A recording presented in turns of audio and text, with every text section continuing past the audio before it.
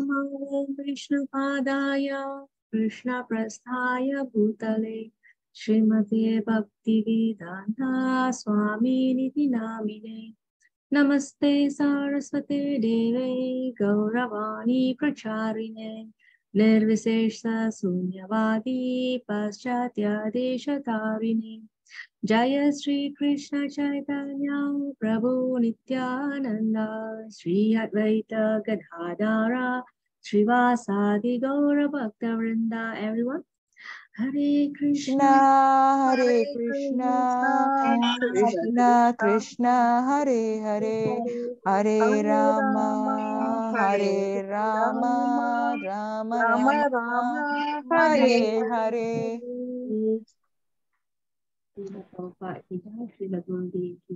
Jai. So, as usual, we will recap our week 24. Do you all remember the topic of week 24? Ferris wheel. Ferris wheel, yes. We went on a wheel journey. Okay, so what is Ferris wheel about, Kala Mataji? We go to the playground, yes, last week. Take a ride on the Ferris wheel. Kala Mataji, what happened last week? What is Ferris wheel about? Saras Mataji? Okay, I don't know whether it's right or wrong. Karma yoga, bhakti yoga, and jnana yoga, is it? No. Tadu. So how does Ferris wheel work? Left, right, up, down, circle.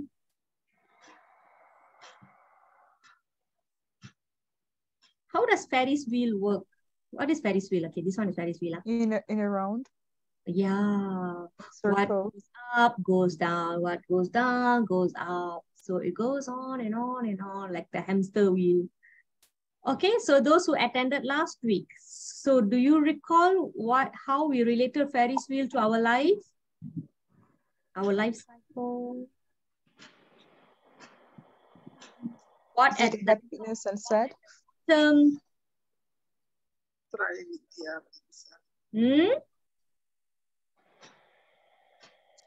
Just try Vidya. Just try Vidya. Let's go. Try Vidya means three kinds of knowledge. Do you remember? Karma Kanda, Upasana Kanda, and Jnana Kanda. Yes. Where are these knowledge from? Bhagavatam, Bhagavad Gita, Upanishad.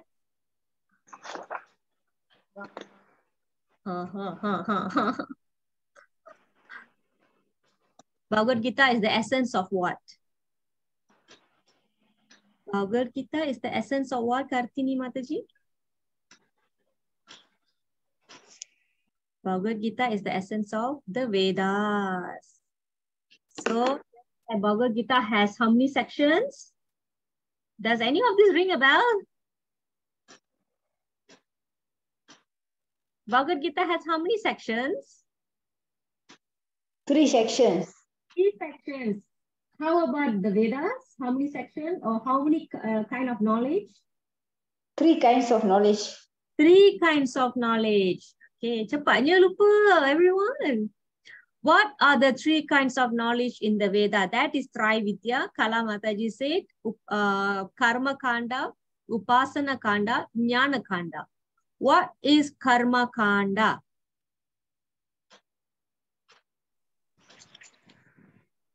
How we can adjust material happiness or material living very nicely. Execution of fruitive activities. Okay, using what knowledge? From where? From Vedas, is it, Mataji? Yes, and we try to enjoy the material world based on the injunctions given in the Vedas, not whimsically and not so sukahati. So some guidelines have been given in the Vedas. So we do some work, some sacrifices, or no, how to do some works, and then how to enjoy the fruit. Okay, so without harming others. or going the illegal way or by doing bad things. So we enjoy in a regulated manner. So that is called karma kanda. If you do things nicely, you will get nice benefit. Next is upasana kanda. What is upasana kanda? Karma means Worship of different demigods. what is it? Worship of different demigods. Worship of different demigods. Okay. Upasana kanda. What is jnana kanda? Speculative knowledge and philosophical. Philosophy. Okay, very good. Very good. Try. Okay. A bit hot. Have to on back on. Okay. So kanda means what? What is kanda? How kanda is different from yoga? Is karma kanda and karma yoga same?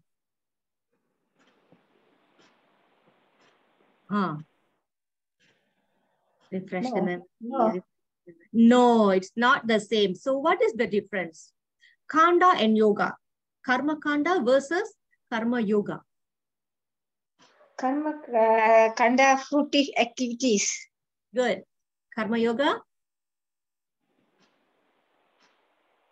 Detaching from the result. Very good. Thank you, Mataji. Yes. One is attaching, one is detaching. So that is karma kanda, karma yoga. Very good. And then upasana kanda. Jnana kanda means knowledge. Okay. Activities revolving seeking knowledge. Okay. And then we went to focus on upasana kanda. This is where we learn about who are the devas. Okay. Why they are there.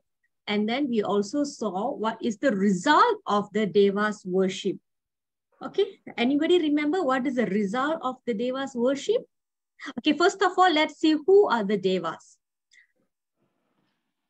How do you simply put? How do you simply define the devas? Remember the minister story, the king story, prime minister story. So you can relate to that. Is Param Prabhu here already? Param Prabhu, you're here. Welcome. Okay. The devas are the servants of Krishna. Okay. So what is their role? What is their job description? JD. What are they supposed to do? Each is assigned for certain jobs to be done, like ministers. Correct. So they are in charge of certain departments in this material world. So this entire material creation is running under their administration. Okay, so we have somebody in charge of the water, somebody in charge of the energy, somebody is in charge of the rain, light. So like this, we have various departments, and perfected beings or qualified beings will attain that position of the devas, and they will manage this under the direction of the Supreme Lord. What is the result of the devas worship?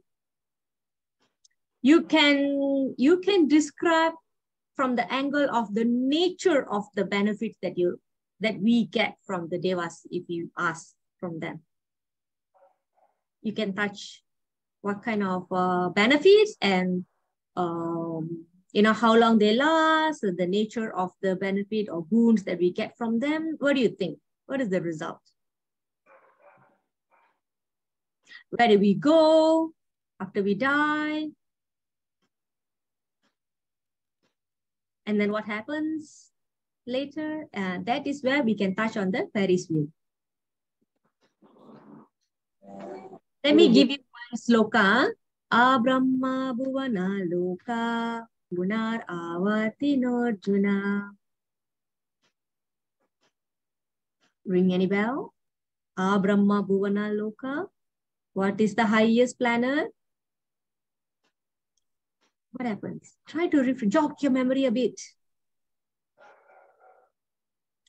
Okay, start from the beginning. What kind of results? Why do we seek the devas' favors? What do we want from them? Certain wishes to be fulfilled. Yes. Okay, very good. And we perform various yagyas and worships. So they also pleased with us, with our worships. They grant us some benefits. So what happens to that benefit in long run or eventually? It is not for forever, the benefit. Material gains.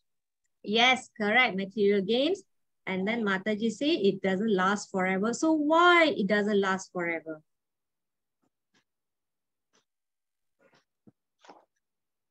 That can because be two.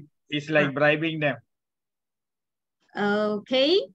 So let's say you bribe them, okay? Because they are already given the duty to provide us, whether we bribe them or not, or we give them special worship or not. All right. So the duty is to provide the necessity to the world. But what is our duty for them? We perform yagyas. Remember the cycle of sacrifice? We do the yagya. We say thanks to them. Okay. We give back to the nature. Okay, fine. This is what has been prescribed. So what happens when they give us these benefits? Mataji say it doesn't last forever. So you can explain this in two ways. One, all this will be gone when we die.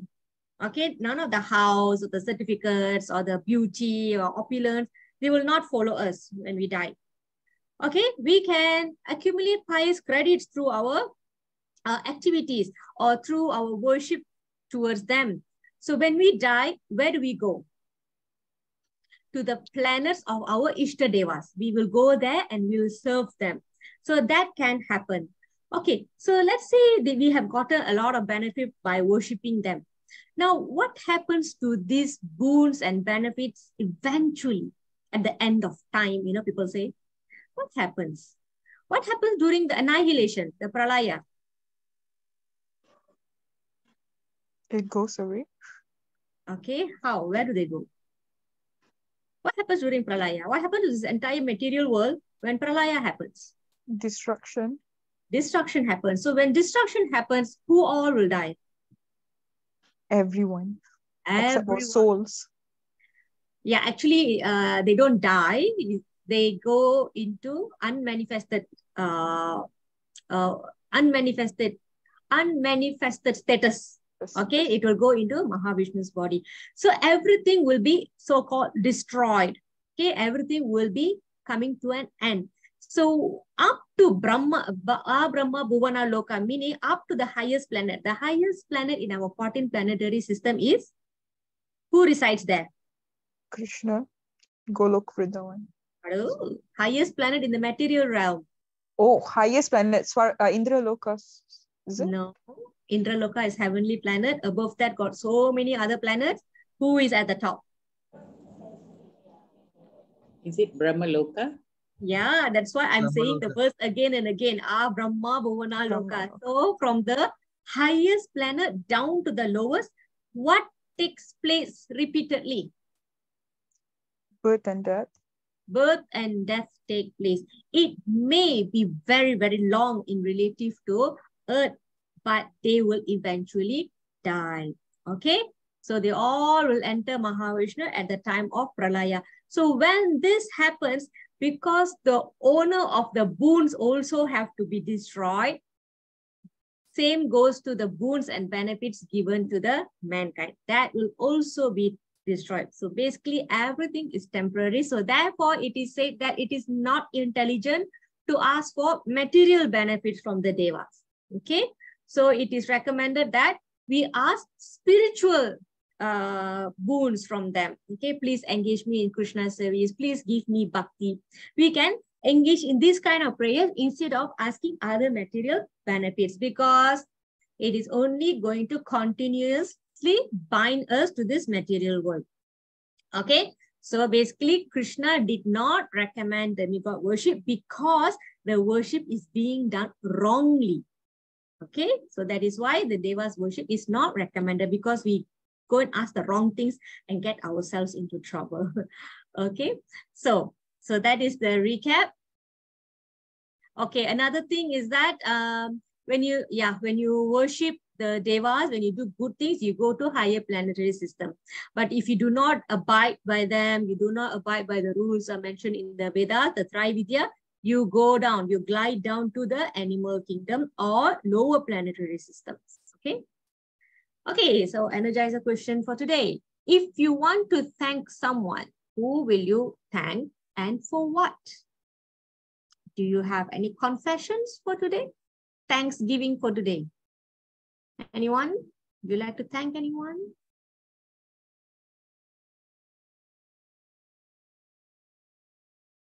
Nobody? Nobody wants to say thanks to anybody today? I will thank my mother. Okay, Mataji. And for what? For bringing me up with all the difficulties. Okay, nice. Thank you, Mataji. All right, so she's a single mom, Mataji? It's a long story, yes, some sort of single mom. All right. Okay. Thank you, Mataji. Anybody else? Uh, Salam, Mataji. Yeah, Mataji, I would like to thanks to you, Mataji, for for showing me this way and then showing me the Krishna knowledge.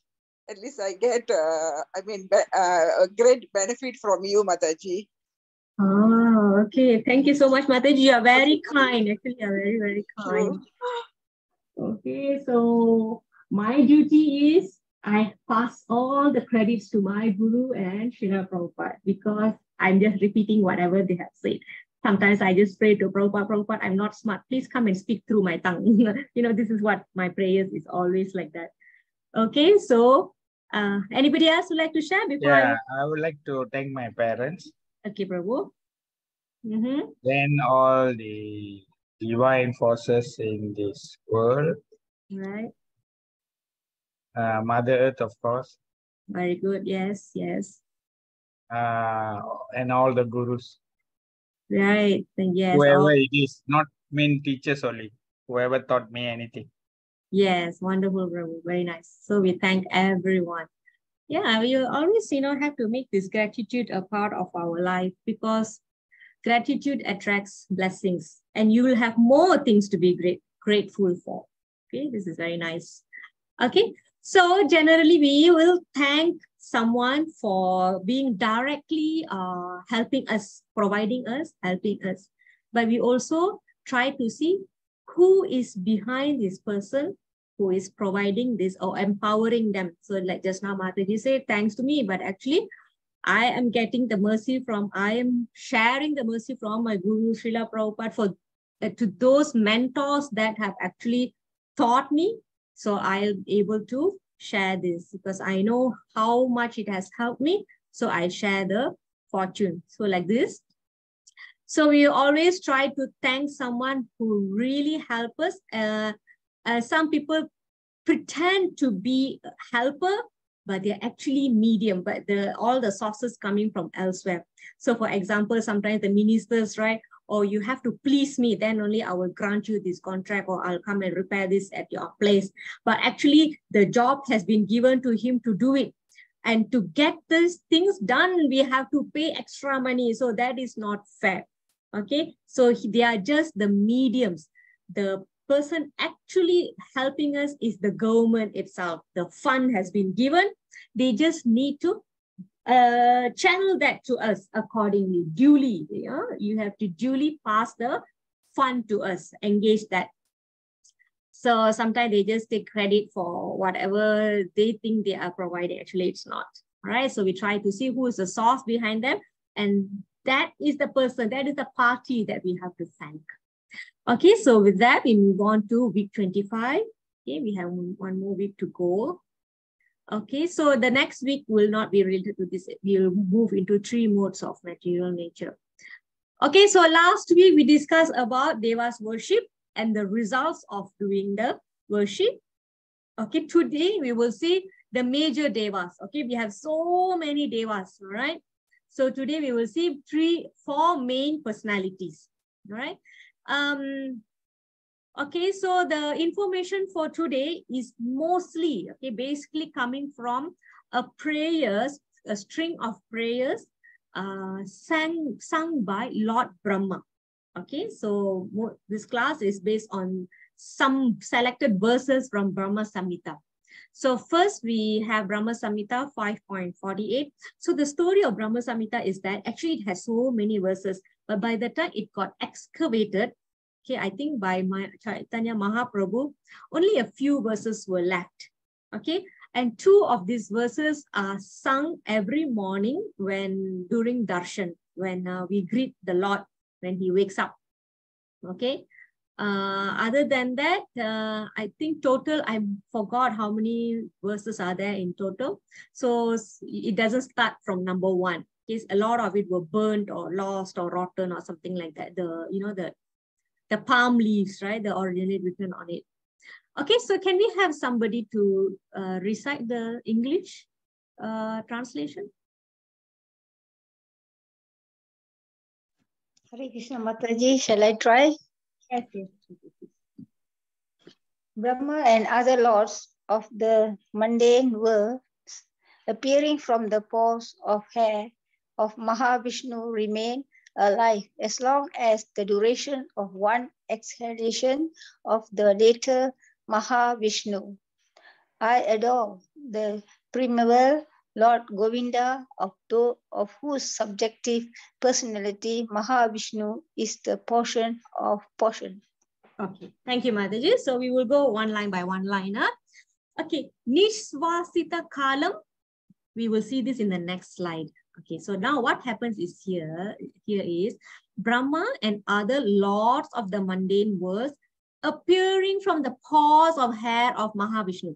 So now at this point, if you can recall the information that we have done before, lessons before, where Mahavishnu lie in the water, okay, and lots of bubbles come out from his pores. Do you all remember that? So each bubble is one universe. Each egg is one universe.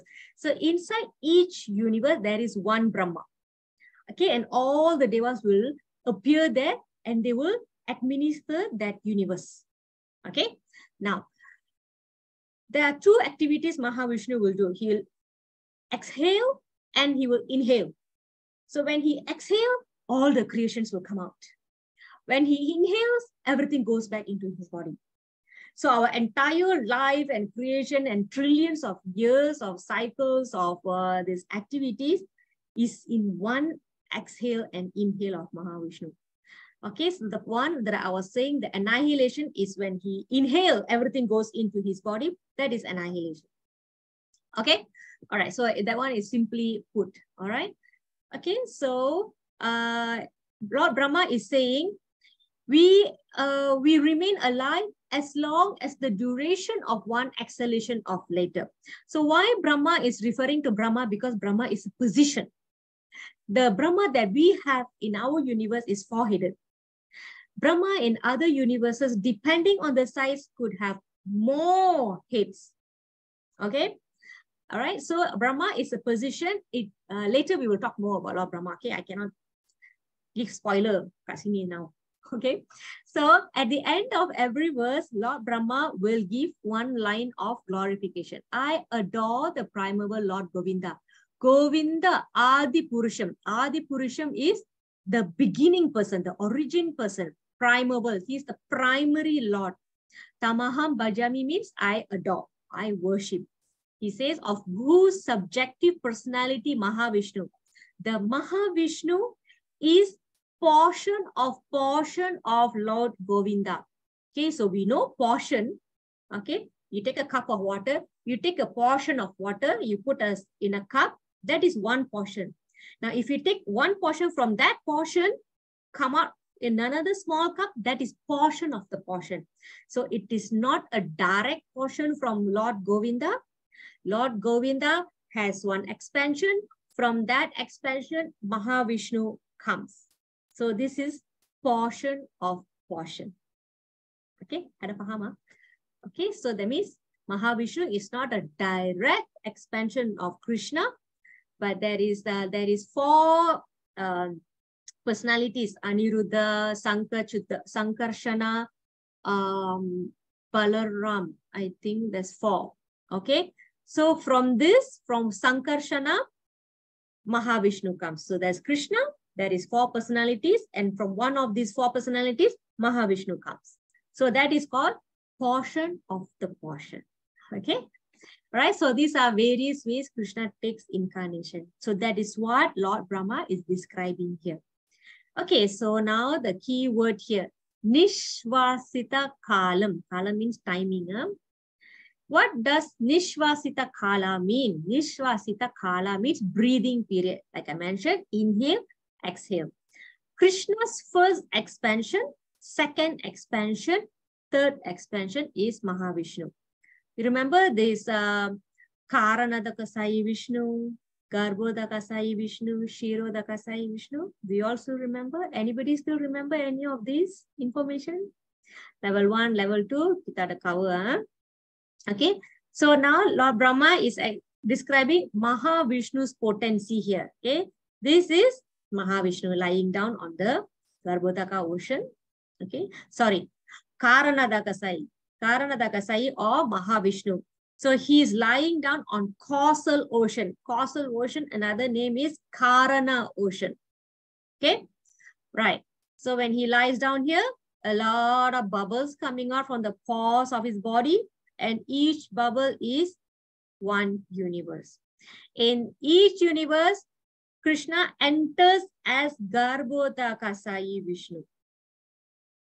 Okay, in each universe, there is one Garbhodakasai Vishnu. The visual will be like this.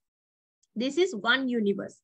So when Garbhodakasai Vishnu enters in each of these bubbles, a long stem of lotus will sprout from his navel, and on the lotus sits Lord Brahma. Now, Lord Brahma becomes the secondary creator, and then he will start creating. So all this we have done in the past year, so just jog your memory a bit. Yasaika Nisvashita Kalam Atavalambya. Just abiding by the breathing period of Mahavishnu. Jagadandanata means the supreme creature created.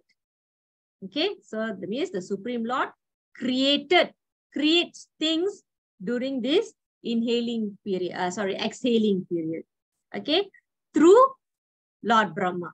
Okay, the Supreme created Lord Brahma, and Lord Brahma creates. Okay, so we are all creation of Lord Brahma, the secondary creator. Okay, can we have somebody to read this one?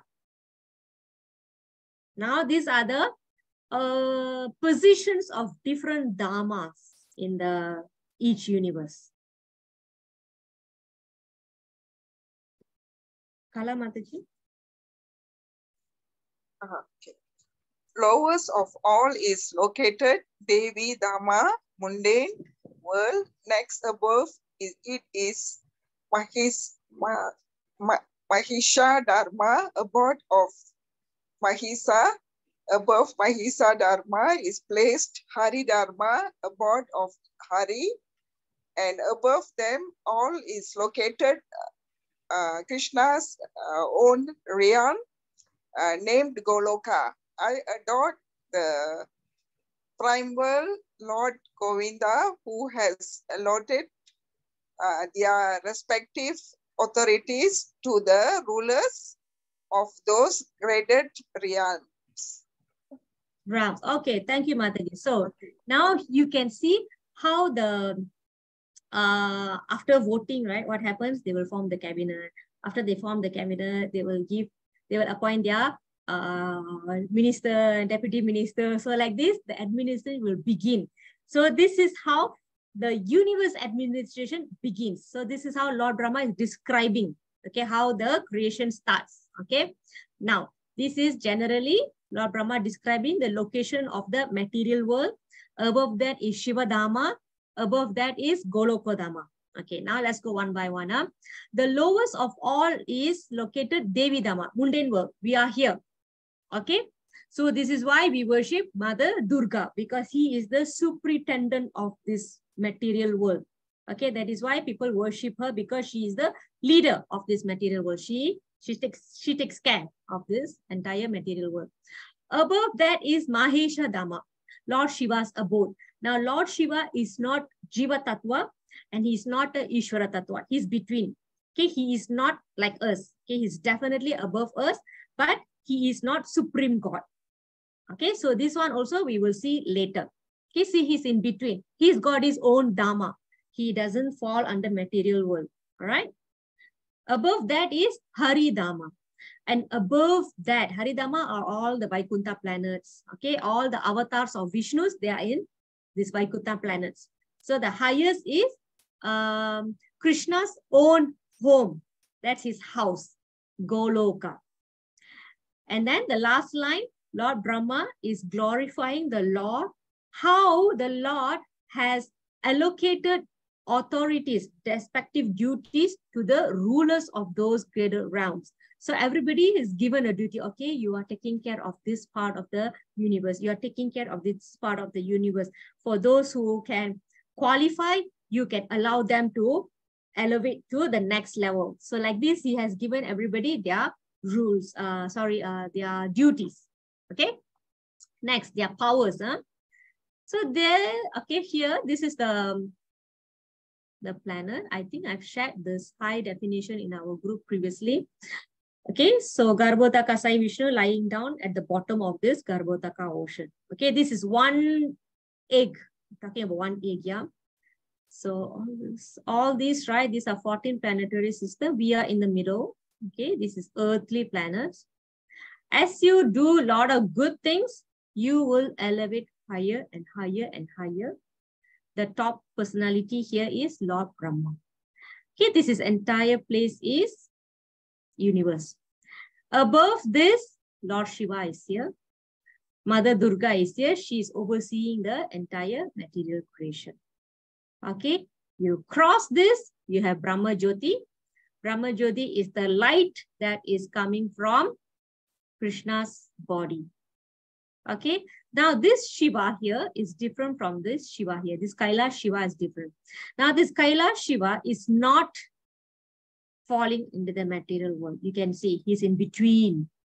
Okay, surpass him, then you can go to Ayodhya Dham, then finally Madhurya Dham. So this is how it looks like. Okay, the visual. Can we have somebody to read this? 4 levels of existence.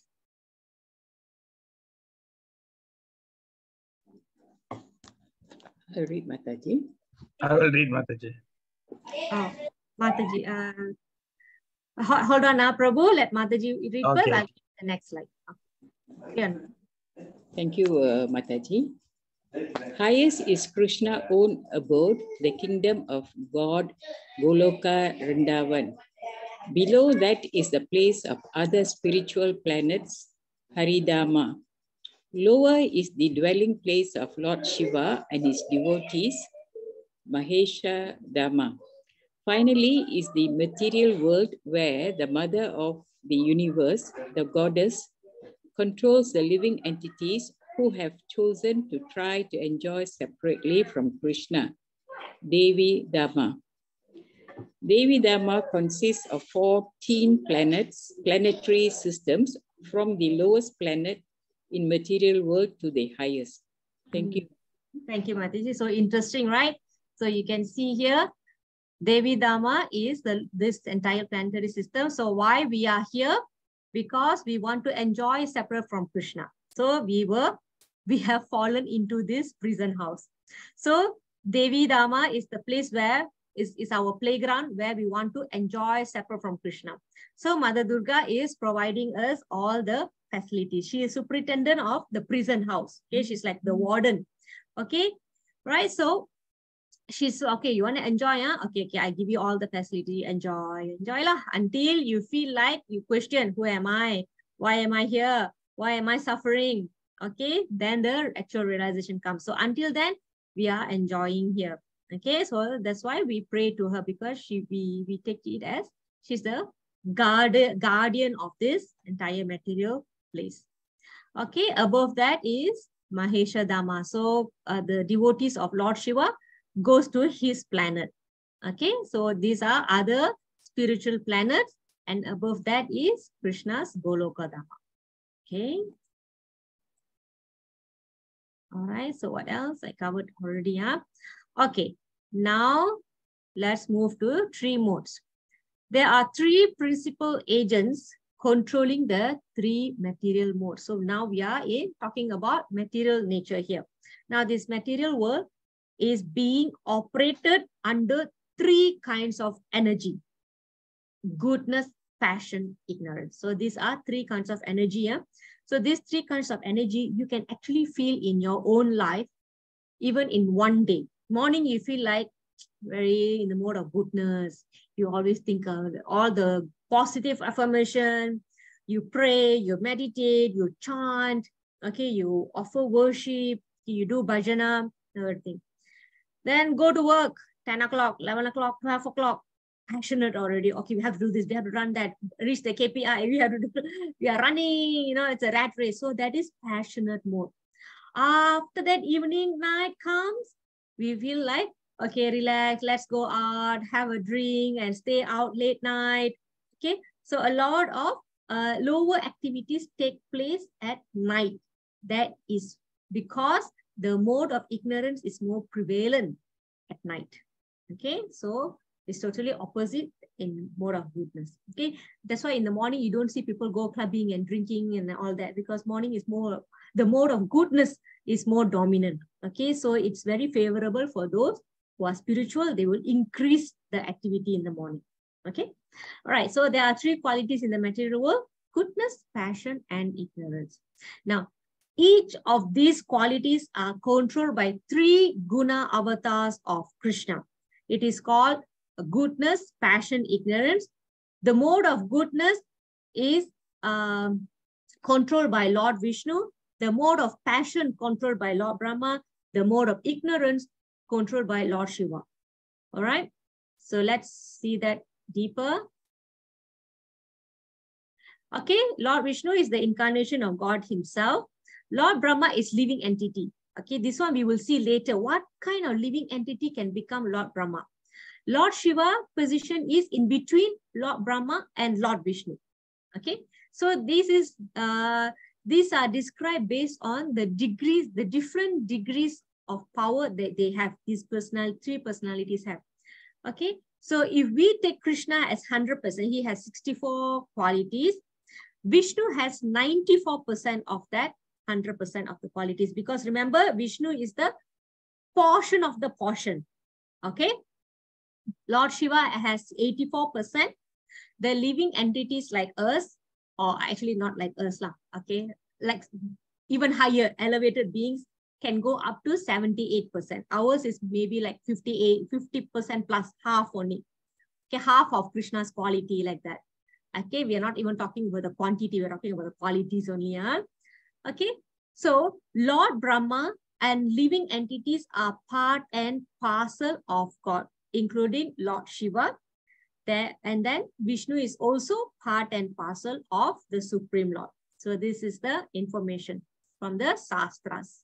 Okay, now we are going to go into this understanding the four personalities that I mentioned earlier. So we will start with Lord Brahma. As I mentioned, Lord Brahma is not the same for all the universes. Depending on the size of the universe, that's the number of the heads that he will have. Later, there is a pastime. I will tell you the story. Okay, so we will see Lord Brahma first. Lord Brahma is the principal supreme creature in each and every universe. He is the first created person. Okay, and his duty is to create. Right?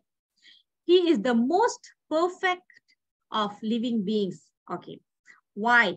Because to obtain this position of Lord Brahma, a person should have gone 100 consecutive lifetimes without committing a single sinful action. Let's say you have done 98 births. At the 99th birth, you committed one small sin. Your entire circle is reset to 0. So that kind of personality is eligible to become Lord Brahma. So whenever there is a case where there is no qualified Lord Brahma available, Lord Vishnu will take place as Lord Brahma. He will appear. He will take the role of Lord Brahma because it's just a position. You know, this happens also in our legislative system also, right? Which example can we give, Kartini Mataji? Where there is no minister, but the PM assume the role. It's usually finance, right? Finance. Also, like acting prime minister also got what, Mataji? Acting prime minister. But acting prime minister. Acting prime minister is a lower person assuming a higher position. Or like a higher, yeah, right. Right. So in this case, a higher position person is taking a lower position because there is no qualified person available, something like that. Okay, Mataji. Yeah. Okay. So I think so far we can only think of finance lah. Yeah. Yeah. I think only finance. Okay. Right. So, what else? Brahma is an empowered soul. He's still a jiva. I think he's just a supremely elevated jiva. And he is the supreme administrator of one universe. Okay. Now, let's look at the story, yeah? Some story here. So there's one time, okay, this Lord Brahma, right, sometimes he becomes overwhelmed with the power of, invested in him by the Supreme Lord. See here, he's the empowered soul, he's the supreme administrator, he's the most perfect of living beings. So he's got a lot of good points here. So sometimes arrogance can get into our head when we have too many good things. People flatter us, right? And then our ego so puffed up, and then we forget ourselves, we lose our ground, right?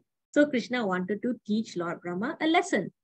So what happens? One day, Lord Brahma visited Krishna in Dwaraka. When he arrived there, the guards stopped him, and Lord Brahma said, please tell Krishna that I have come. Okay, who are you? So he will say, Lord Brahma. So they will go and tell Krishna, oh dear Lord, Lord Brahma has come to see you. Okay, so Lord Krishna will ask them, go and ask, which Lord Brahma? Okay, something like that. Or which Brahma? So which universe? From which universe? Okay. Yeah. So which Brahma? No, yeah, he'll ask which Brahma. So the guards will come and ask the Lord. My Lord asked which Brahma. So Brahma was like puzzled. Huh? Can there be more than one Brahma? It's just me. What? It's just me only Kasthuri here. Right? It's just me one Kartini. Well, which Kartini? Krishna is asking. What does he mean? All right. So Lord Brahma also say, okay, just tell him that a four-headed Brahma is here, to identify himself. So they went and tell Lord Krishna, and Lord Krishna allowed him in. Okay, so when Lord Brahma went in, and then Lord Krishna welcomed him in, and then Tanya Kabar and everything, then Lord Brahma asked him, everything is okay, Lord Krishna, but why did you ask the guards to ask me which Lord Brahma? Do you mean that there is more other Brahma than me? Then at that point of time, what did Krishna do? He summoned all the Brahmas from the entire creation to come there. And that is where, can you see this picture here? There is so many Brahma with so many heads. There were Brahma with 10 heads, 100 heads, 1,000 heads, 10 million heads, and 100 million heads, which nobody could count. And our Brahma, this is our Brahma, okay? So our Brahma is astonished to see, oh, I'm so small, right? So this is actually to make Lord Brahma think, oh, I'm just a dust. So what is this qualities and power invested in me? Is just Krishna's mercy, the Lord's mercy to engage me in his service to run the universe, to administer this universe. Okay, right? So this is why Krishna has called him. That is why he came to that place, okay, to give him a lesson. All right, so, okay, now we are going to enter how long Lord Brahma lives, okay? So here, can we have somebody to read the translation, please? Okay. Yes, Prabhu. Translation. Okay, yes. By human calculation, 1,000 ages taken together from the duration of Brahma's one day. And such also is the duration of his night. Okay, all right. So Brahma's one day. Okay, 1,000 ages, not 1,000 years. 1,000 ages. Why they say ages means it's actually referring to yuga. It's not just yuga, it's one cycle of yuga. 1,000 cycle of yugas, which means one cycle of yuga has 4 yugas. Understand now? Satya Yuga, Treta Yuga, Dwapara Yuga, Kali Yuga. This is one cycle. Okay? And Lord Brahma's daytime is 1,000 times these 4 yugas. Okay? So I think right now you have to take out your paper, pencil, calculator, all that. Let's do some mathematics. Okay, no. So you are saying that one age is 1 yuga. One age is 4 yugas. One Four cycle. yugas. Okay. Yes. Yeah. Okay. So one All right. cycle, I'm sorry. Yes, one cycle, correct. All right. And you times 2, that will be the night. Okay, so this is in Bhagavad Gita, yeah, chapter 8. Okay, so let's get into mathematics today. Okay, I made this. I used Excel to calculate. All right, so first of all, you need to understand that Brahma lives for 100 years. Okay, and Brahma's 1 year is not like our 365 days. His 1 year is 360 days. Okay, so you go one by one, yeah? Look at the Satya Yuga. Satya Yuga, Treta Yuga, Dwapara Yuga, Kali Yuga, all this combined is one Mahayuga. This is one cycle. Okay, now you see. Satya Yuga is 1.7 million years. Treta Yuga is 1.3. Dwapara Yuga 864. Kali Yuga is 432. How it works is like this. 432 times 2, you get 864. So 864 times 2, you should get 1296. Okay, I don't have calculator here. I think that's how we got that. Okay, so you combine all this one cycle, one round of Satya plus Treta plus Dwapara plus Kali, you get 4.32 million years. Okay, now this is just one cycle. Do you remember one day of Brahma, how many cycles?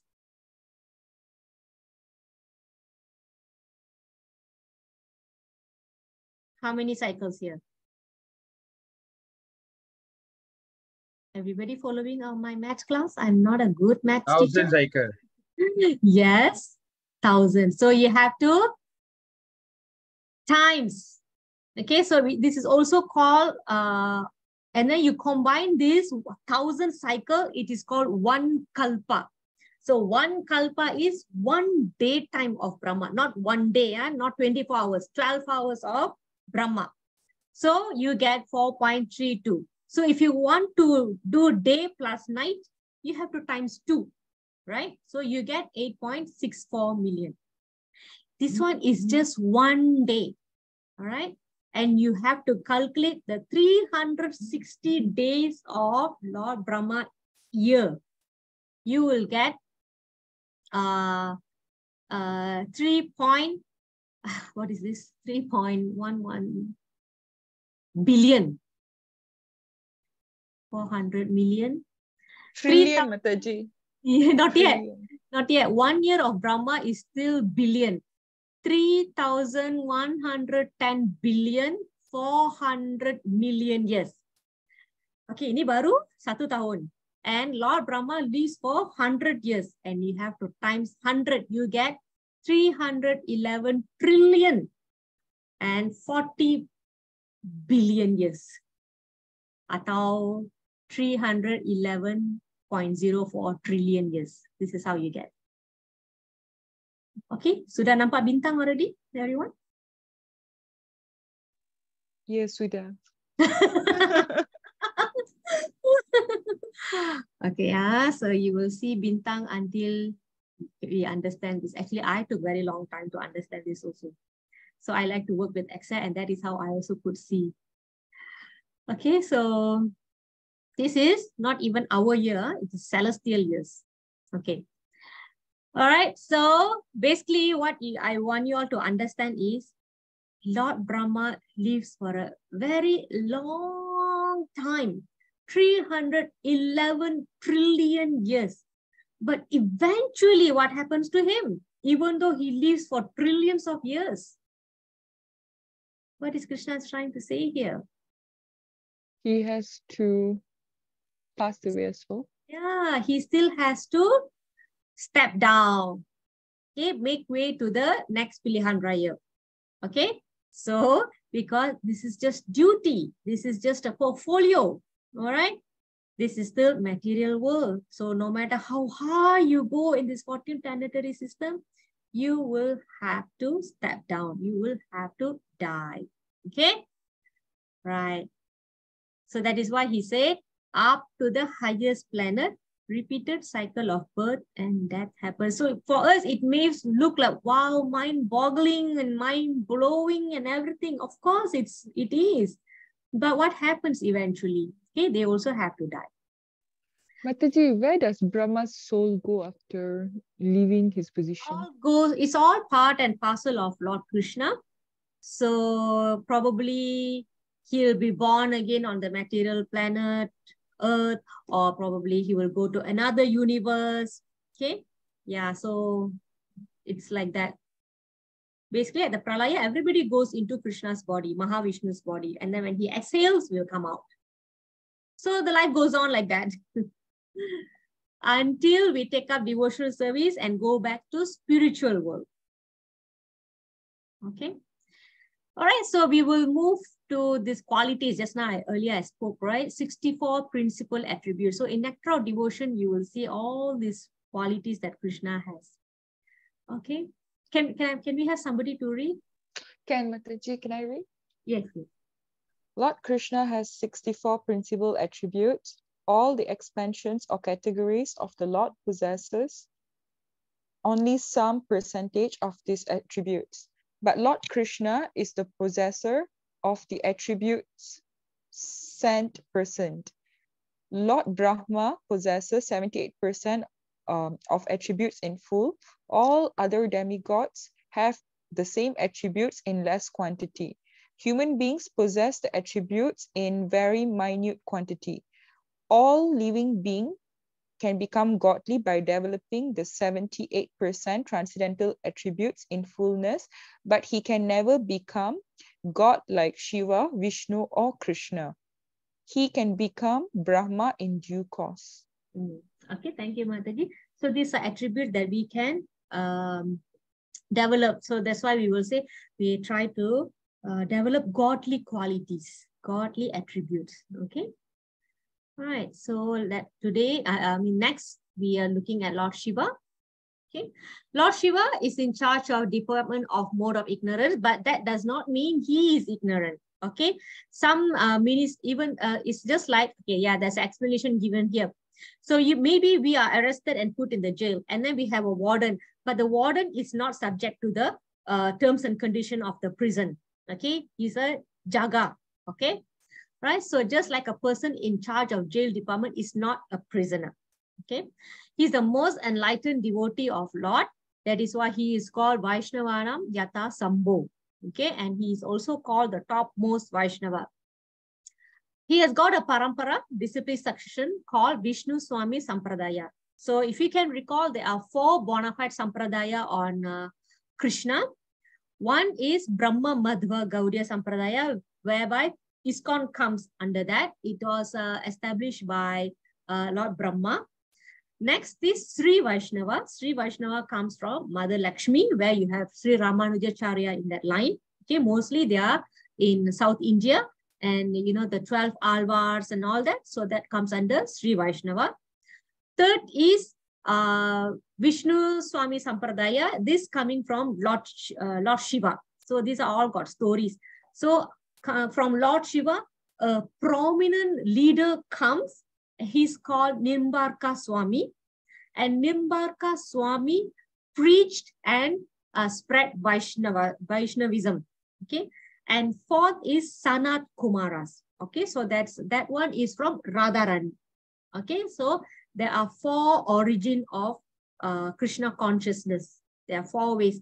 So anyone that accept Guru in any of these 4 sampradaya, they are said to be connected directly to Krishna. Okay. So that is why it is called bona fide sampradaya, which means authorized sampradaya, because here all this got a system to system of guru disciple parampara system. Remember in chapter 4, Krishna mentioned, stressed on this. We have to get knowledge from a true guru parampara system, because only in that way the information will be kept intact. It will not be diluted or mispreached or misconstrued or misinterpreted. Okay, so there is always a check and balance, and the lineage is it's brought down very nicely. Okay, keeping the facts and points intact. Okay, so these are the 4 sampradayas, and Lord Shiva established one sampradaya through Nimbarka Swami. Okay. Lord Shiva is the greatest soul among living entities within this material world. His name is Shiva, which means Mangala or auspicious. Brahma and Shiva, although almost as greatly powerful as Vishnu, but are within the control of the material energy of the Supreme Lord. Continue with the Brahma Samhita. Let's see what Lord Brahma describes about Lord Shiva in relationship to Krishna. Can we have somebody to read?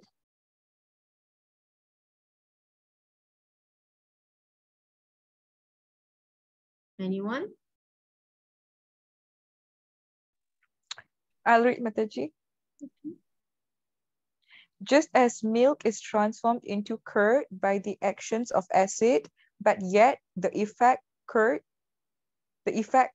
neither as same as nor different from its cause, milk. So I adore the primeval Lord Govinda, of whom the state of Shambhu is a transformation for the performance of the work of destruction. Okay, thank you, Mataji. So here the duty of Lord Shiva is to take care of the destruction. Okay.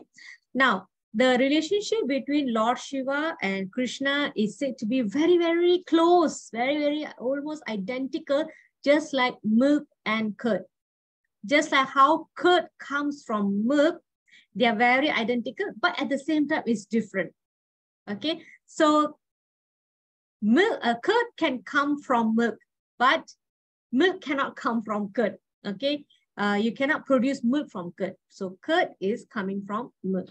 Okay, they are very almost identical, and they are very dear to each other. This is how my Guru Maharaj explains. They are very dear to each other. Okay. Next, position of Lord Shiva. Okay, can we have somebody to read this slide also?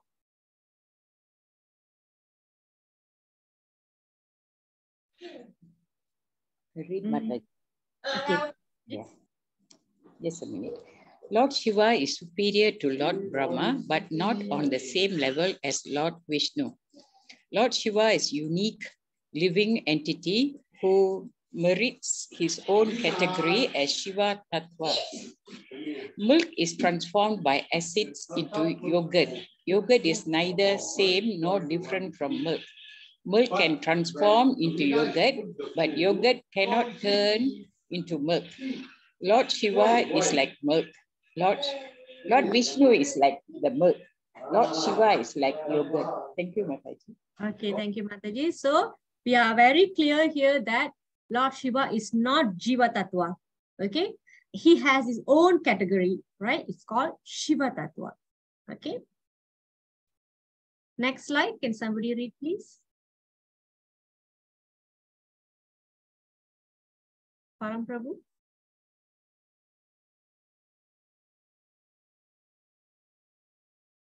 Anyone? Kalamati. I was.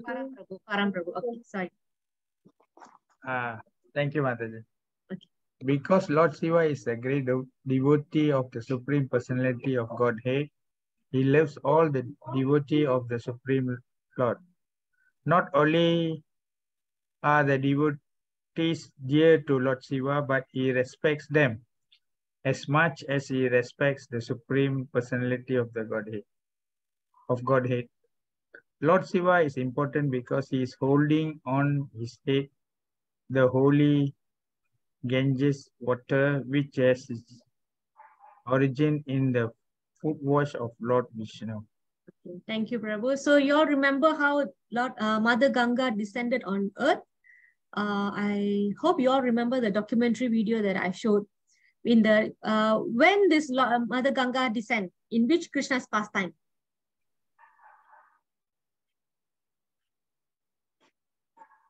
Which pastime?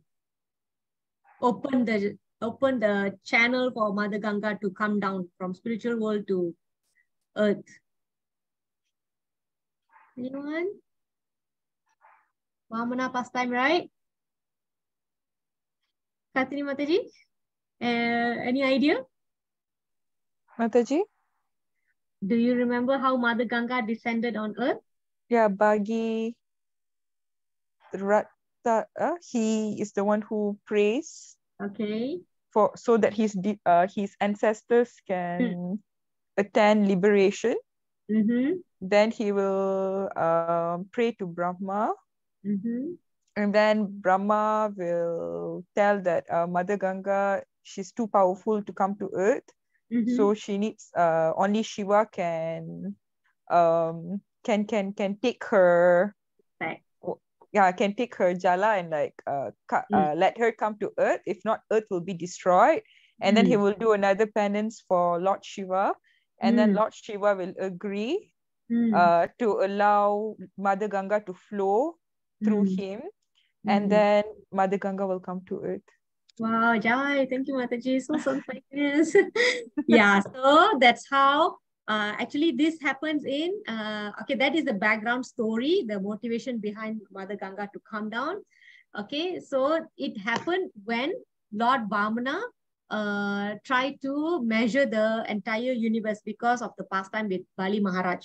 So when his one leg reached up to the ceiling of the universe, his toe pierced through the ceiling of the universe, and there is Viraja river flowing outside of the universe, right?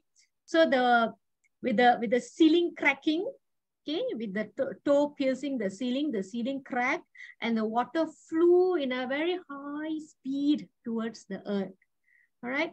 So somebody has to take the impact of Mother Earth. Otherwise, like Mataji mentioned, it will destroy the world because the impact was so strong. So who will be able to take that powerful impact of Mother Ganga other than Lord Shiva? And she flew on his head, and then gently the Mother Ganga flew on our earth, flowed on our earth. Okay, so that is the story of Ganga. So if I can get the video, I will just share in the group. All right. So that's why it's called Mighty Lord Shiva. Another place where Lord Shiva's glory is highly celebrated is when they, in what pastime? Kurma pastime. They were churning the ocean with the Mandara mountain. Okay. And then in the beginning of the churning, a lot of poison came out, right? And people were dying, and there's a lot of chaos. All right. And Lord Shiva offered to take that poison. All right. So that's why he's called the blue-throated one. So we are done with Lord Brahma. We are done with Lord Shiva. Now we are going to see Mother Durga. Durga means fort, kubu, where you cannot get out or enter very easily. Right? Goddess Durga is superintendent of the fort. This entire material universe, right, is a fort, and she is the Jaga. Okay, Goddess Durga is a superintendent deity of this material world. She is very powerful. How powerful? She can maintain, she can destroy the whole material energy, which means the whole material cosmic manifestation. So that's how she is so powerful. Let's see what Lord Brahma has described about Mother Durga. Can somebody read for us, please? Shall I read, Mataji? Yes. Can. The external potency, Maya, who is of the nature of the shadow of the Chit potency, is worshipped by all people as Durga, the creating, perceiving, and destroying agency of this mundane world.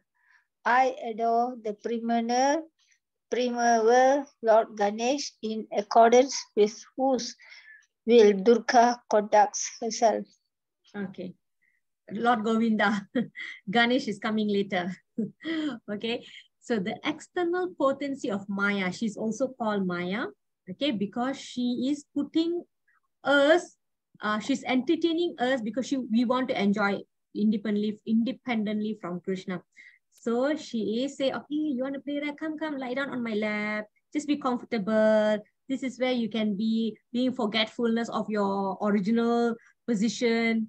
All right. So she's also called Maya because we want to enjoy and she's providing us the facilities. Okay. All right. And her duty is to create, preserve, and destroy, do the destruction in this mundane world. So she's also performing some of this work as well. Okay. So the Maya is worshipped by all people as Durga. Okay, this is how Lord Brahma described her. She and her duties. Okay. Can we have somebody to read this? Durga as Mahamaya.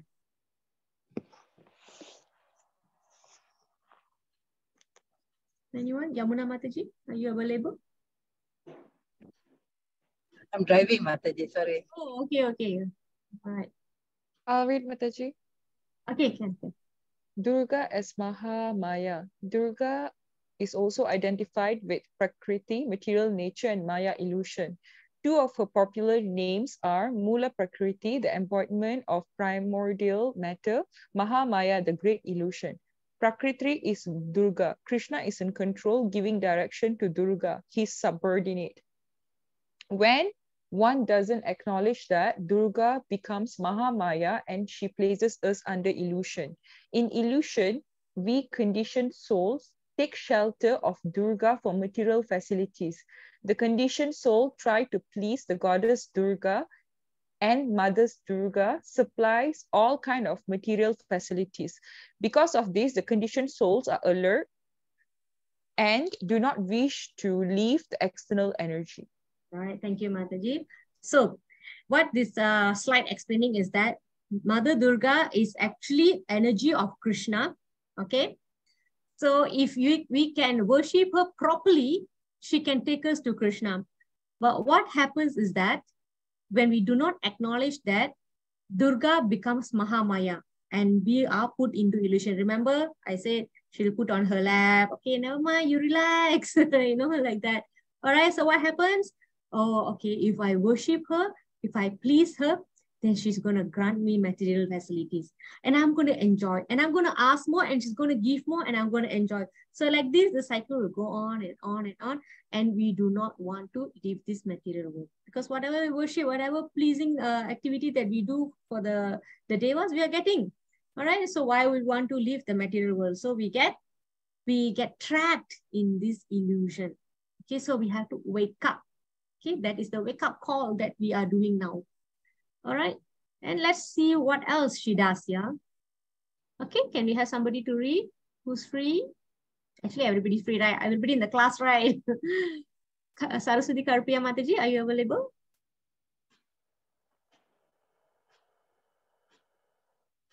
Yeah, I think only one Saras Mataji around. Mataji, you can read. Okay, I'll read that.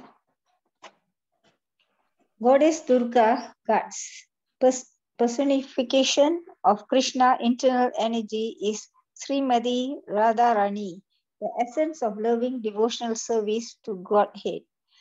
Personification of Krishna external energy is Durga Devi or Maya, the goddess of material energy.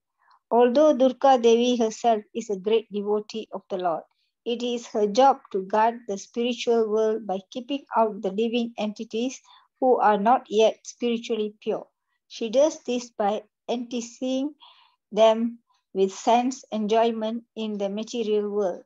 Yes, thank you, Mataji. So this is what she does because we are not pure. So she's testing us. Oh, I want to see whether you are ready or not to enter the spiritual world. So she gives us all these material facilities. Or if we enjoy and then we continuously sleep on her lap, means we are not ready.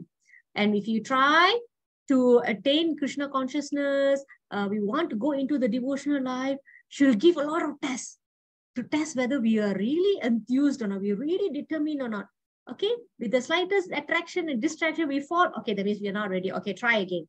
And then she's going to test us some more. So this is why it said that the closer you are to embark on the spiritual path, right, the distractions and the temptation will, the intensity will increase, because Mother Durga is testing us. Are you really ready? Are you really ready? Because she just wants to make sure that only those very qualified can escape from this material planet. Okay, so that's how she works. Okay, so what can we do? We can pray to her, dear Mother Durga, instead of asking enjoyments and material benefits. We can ask her, give me bhakti for Krishna. Please, I want to exit from this prison house. Please give me your mercy. So we can pray to her this way. So we have special month going on now, right? Adi month, right? So worship of Mother Parvati, Ambal is very, very prominent this month. So we can utilize those who are still going to these temples, observing these functions because of family commitment.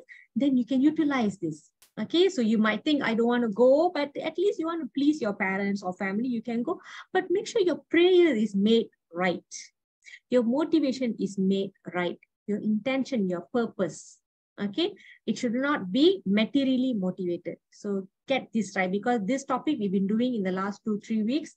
So our consciousness should have been changed right now. We have to be very careful and conscious and cautious of what we are praying for. Okay, if not, we are going to be on the Ferris wheel forever. Okay, somebody please read for us.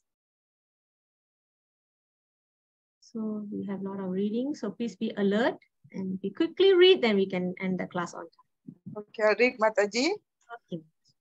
Okay. This material nature, which is one of my energies, is working under my direction, O son of Kunti, producing all moving and non-moving beings. Under its rule, this manifestation is created and annihilated again and again. Thank you, Mataji. So this is the evidence and a declaration by Krishna saying that everything happening under my direction. And because I instruct, all the moving and unmoving things are functioning. Okay. And also under my rule, this creation is annihilated, is created and annihilated again and again. Okay. Inhale, exhale, inhale, exhale. Okay. This is a very important verse where this supports the verses that Lord Brahma has said earlier. Okay. So this substantiates that. Or that substantiates this. It complements each other. Okay, here Krishna himself is declaring, I am the director, everything is running under my direction. Okay, when I say destroy, it's destroy. When I say create, it creates. Okay, so it's very important, yeah. All right, Krishna is the supreme director. That is what this verse is saying. Goddess Durga is not working independently. Okay, just like you need machine, but there is always a switch. Okay, she's working out the plan set out by Lord Krishna. She just wants to ensure that only the most qualified people exit the material planet to enter the spiritual planet. So in this way, she's assisting Krishna. Okay, she can also bless us. Okay, if we pray rightfully, correctly. She works as the supreme personality of Godhead desires. Okay, she fulfills whatever we desire. Okay. So that ends glorification of Mother Durga. Finally, we are going to see Lord Ganesha. Okay, so Lord Ganesha is very dear to so many people. Okay, yeah, my mom is also a Ganesha Bhakta. Can we have somebody to read? Okay, I read, Mataji. Yes, Mataji. Vinayaga Ganesha is effulgent like millions of sun. In all our matters, we pray to him to remove all our hurdles and impediments. Okay, here Mataji, the first one. Lord Ganesha is a benign and helpful deity who brings success and assures worldly well-being. Okay. All right. Lord Ganesha is a benign and helpful deity.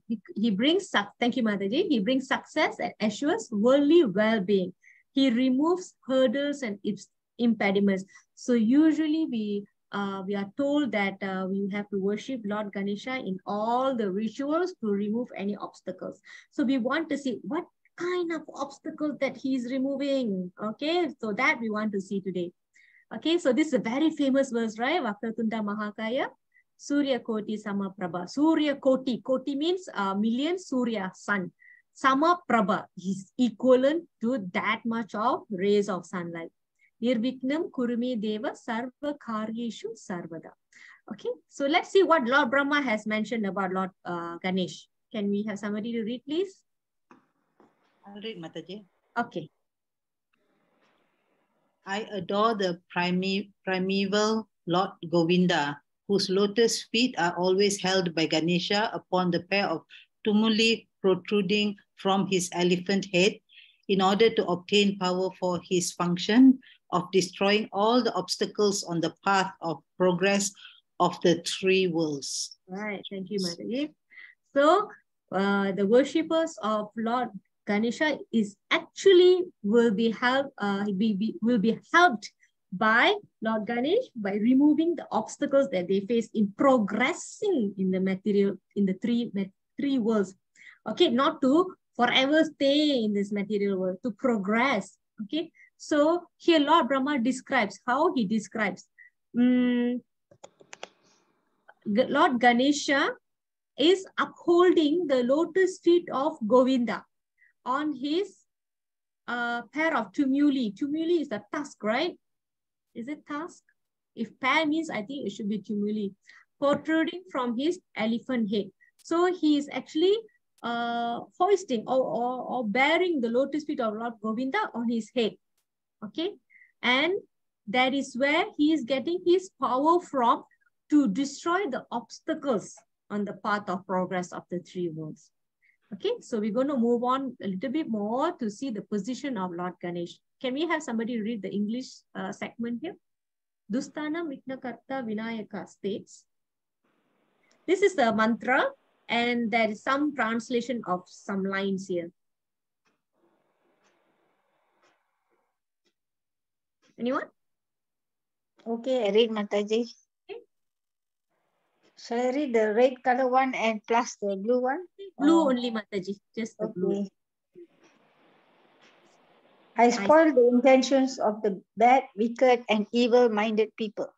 I am the destroyer of the hurdles on the path of sadhus, pious people. Therefore, I am called the king of hurdles. The truth is that Ganesha removes all obstacles on the path of pious, sattvic souls and creates hurdles on the path of evil persons. Very good. Okay. So there is something interesting, right? We cannot generalize that Lord Ganesha can destroy the obstacles in everybody's path.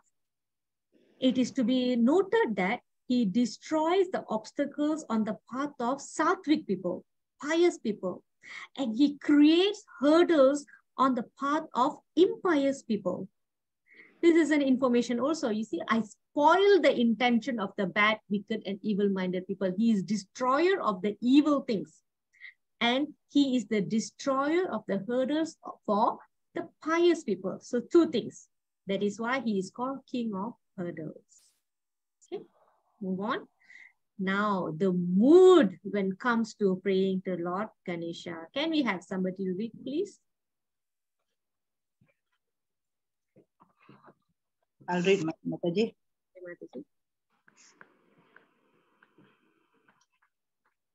Okay. Hare Krishna.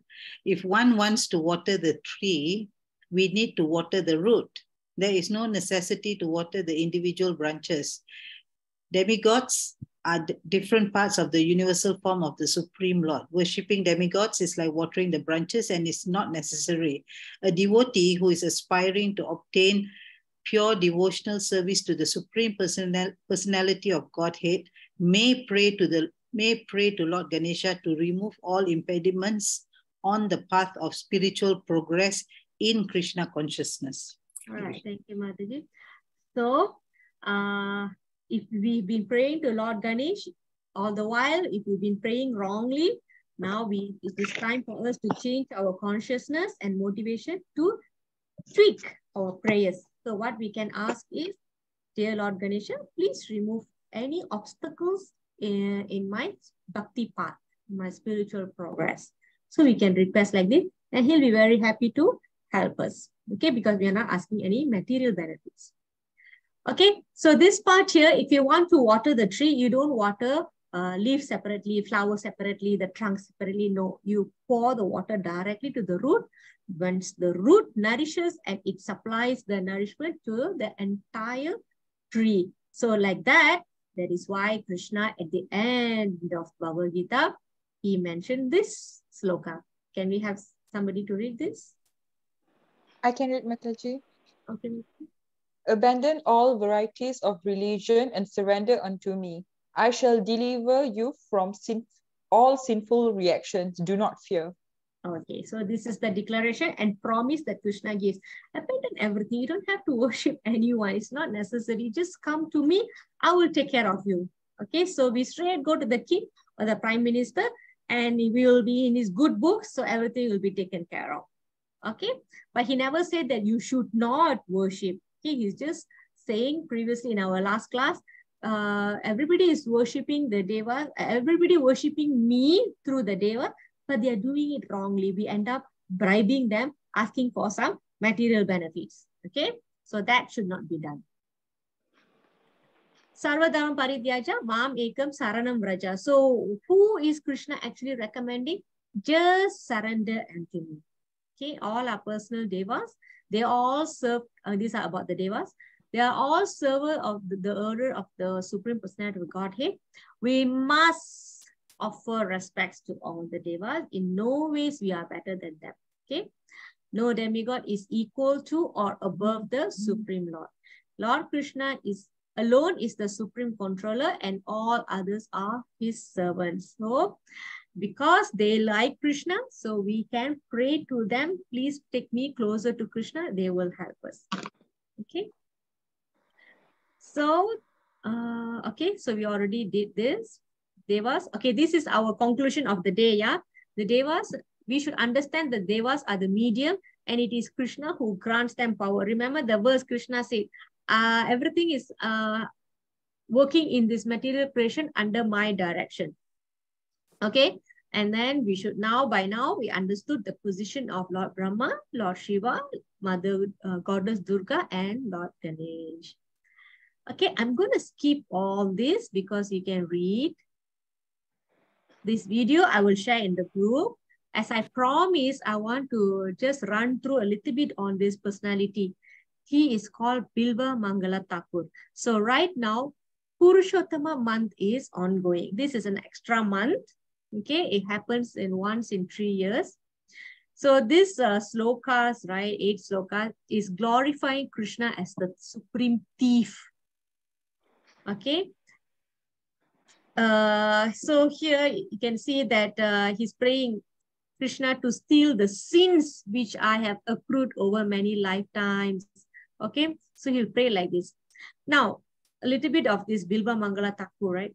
This Bilva Mangala Thakur or Bilva Mangala Swami is actually a South Indian Brahmana. Okay, but despite being married, he was so much attached to a prostitute named Chintamani. Okay, so much so that even on the day the father passed away, after doing the rituals, the cremation ritual, he actually went to the house of the prostitute despite storm day. Okay, and he had to cross a river, and he was drowning. And to keep him afloat, I mean, he was so desperate that he had to swim across the river by holding on to a corpse. Corpse means dead body. Okay, he is so much wanted to see the prostitute. He held on onto the corpse and crossed the river. Okay, and upon arriving at her house, he had to climb the house. And thinking it is a rope, he actually hold on to a cobra.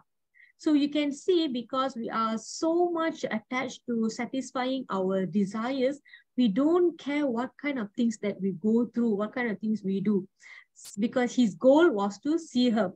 And when she finally appeared at the door, she looked at him. He was so like all ragged and worn out and exhausted, got wet in the rain. And she told him, okay, this is because she was somebody in the past, so she was able to recall, right? So that is a past life. But I'm just going to cut the story short. She will tell him, look at you, how desperate you are that you have to endure this kind of situation after your father's death. You have to come here.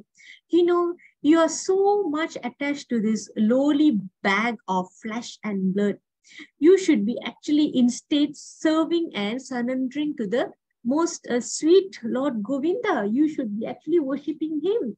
You shouldn't be so attached to this flesh and blood. Okay, you know what? You should go to Vrindavan, and this is where you will find complete satisfaction and eternal happiness. Not here, not with me.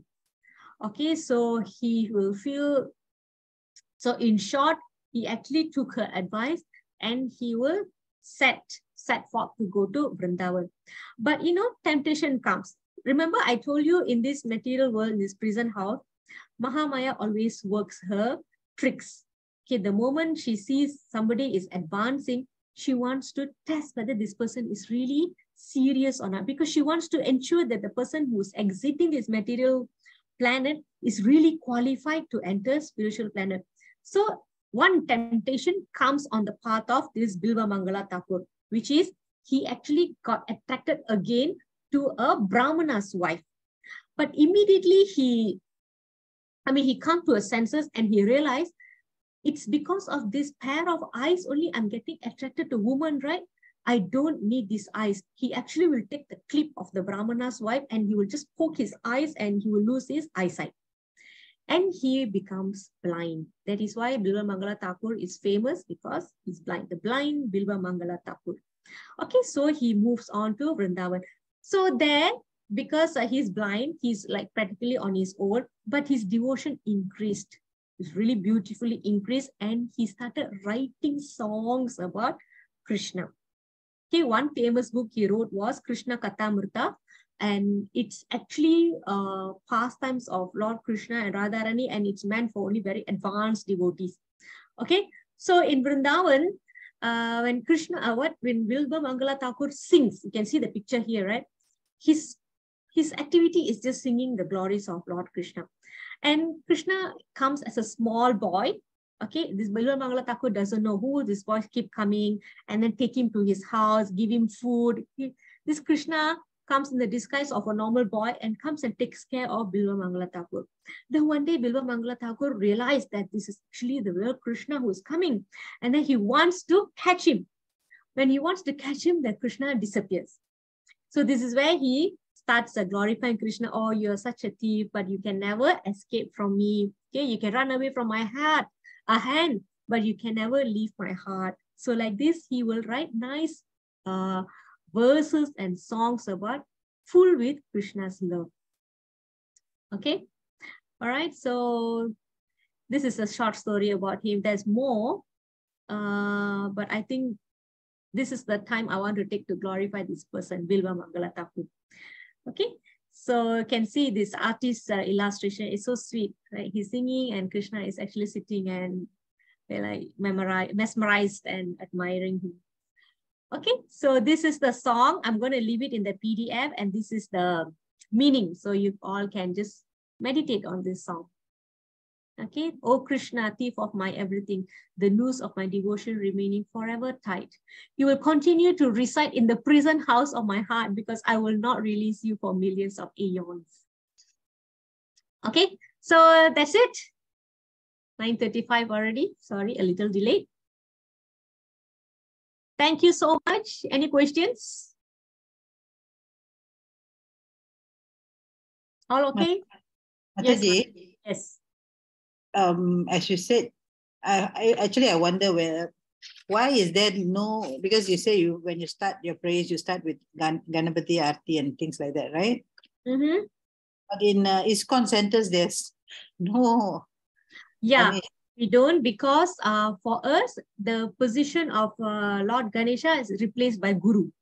So everything that we do, we pray, we offer prayers to our Guru and seek blessing. We invoke blessings through Guru and our Guru Parampara. Therefore, the worship of Lord Ganesh is not practiced in ISKCON. Yeah. For those people in the normal life, Bhakti life, right, they don't have Guru. So that's when they worship Lord Ganesha to remove obstacles in their worships. Okay, thank you, Mataji. Okay, and then we also pray to Lord Narsinghadev, who is also a remover of obstacles. Yes, so yes. we are covered there. Yeah.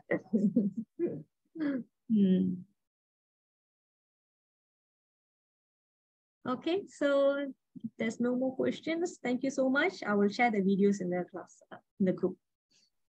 Thank Thank you you, so much, Mataji. Mataji.